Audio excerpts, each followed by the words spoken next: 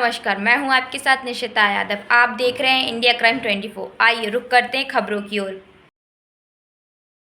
लागू किया जिसमें 90% सब्सिडी तक दी जाती है, वो बहुत अच्छी चीज है। उसको लागू करना बहुत जरूरी है क्योंकि आबादी तो बहुत तेजी से बढ़ रही है।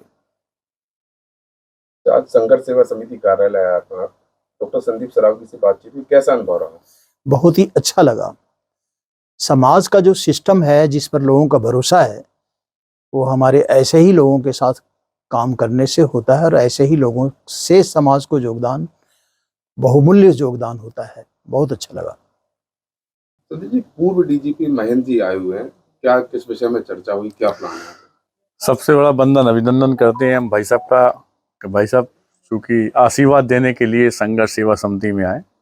और यह बात पूरा बुंदेलखंड जानता है कि जो भी आदमी भाई साहब जैसा काम कर रहा है, देश को आगे बढ़ाने का काम कर रहा है, लोग बागों का हित का काम कर रहा है अपना समर्थ जीवन देकर, ऐसे लोगों के लिए तो हम लोग संघर्ष सेवा समिति के द्वार हमेशा खुले ही हैं। और भाई साहब से बहुत सारा मार्गदर्शन मिला आज हमें। और वास्तविकता में सरकार को लेकर और जनहित को लेकर जितने चिंतित भाई साहब हैं हमारी ज़िंदगी में पहले शख्स हैं। मतलब आप चूँकि बहुत आगे रहे ज़िंदगी में, हमारे बड़े भी हैं, और आप आज की डेट में मतलब भाई साहब तो नहीं कह सकते लेकिन पिता योग्य आप हैं। लेकिन जिस तरह का आपका संघर्ष है, इस तरह से हम बहुत ज़्यादा भाई साहब की सराहना करते हैं और इस बात का विश्वास दिलाते हैं कि भाई साहब का जब भी आदेश होगा, क्योंकि भाई साहब को बताना चाहते हैं कि हम लोगों ने भी सपरिवार अपना जीवन समर्पित सिर्फ जनहित में कर रखा है। तो आने वाले दिनों में जो भाई साहब कहेंगे, क्योंकि भाई साहब का आदेश और भाई साहब के लिए घर हमारा या ऑफिस हमारा या हम संघर्ष सेवा समिति परिवार सारे सदस्य जब भाई साहब कहेंगे तब आपके साथ खड़े हैं।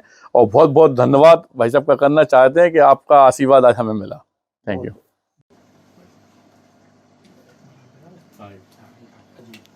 विशाल भैया, अरे हमारे हीरो भी हैं। झांसी हो तो झांसी की रानी नहीं है, तो ऐसा हो ही नहीं सकता।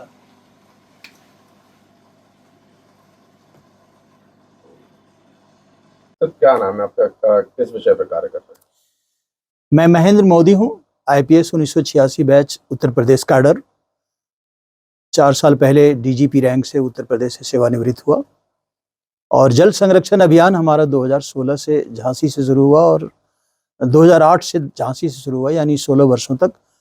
और ये अब पूरा राष्ट्रव्यापी चल रहा है।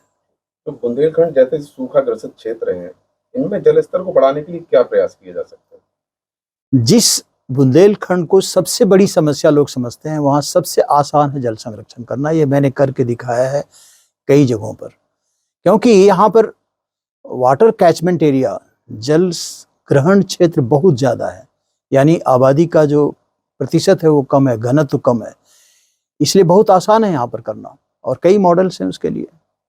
कई समस्याओं के लिए पुनर्जागरण काल आया, तो क्या अभी जो समय चल रहा है ऐसे जल समृद्धि के लिए पुनर्जागरण काल कहा जा सकता है?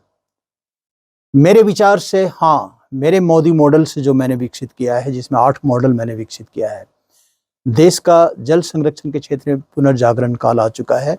माननीय नरेंद्र मोदी जी जो हमारे प्यारे प्रधानमंत्री जी हैं, उनके आदेश को लागू करने के लिए ही मैंने ये सारे मॉडल विकसित किया है। जब मैंने 2012 में उनकी पुस्तक पढ़ी, Gujarat response to climate change, तो उसमें एक बात उसमें से पकड़ी और मैंने इसको बहुत सारे मॉडल विकसित कर दिए। तो इसीलिए अब मेरी पुस्तक ऐ मेरे प्यासे वतन जो छप रही है दिल्ली में प्रभात प्रकाशन से, अब जब वो घर घर जाएगी और मैं प्रयास करूंगा कि हर भाषा में निकले, तो अब आप पढ़िए 2 चैप्टर, 2 बार पढ़िए, अपने घर में इंजीनियर बन गए, उसको लागू कीजिए, तो पुनर्जागरण काल तो आ गया।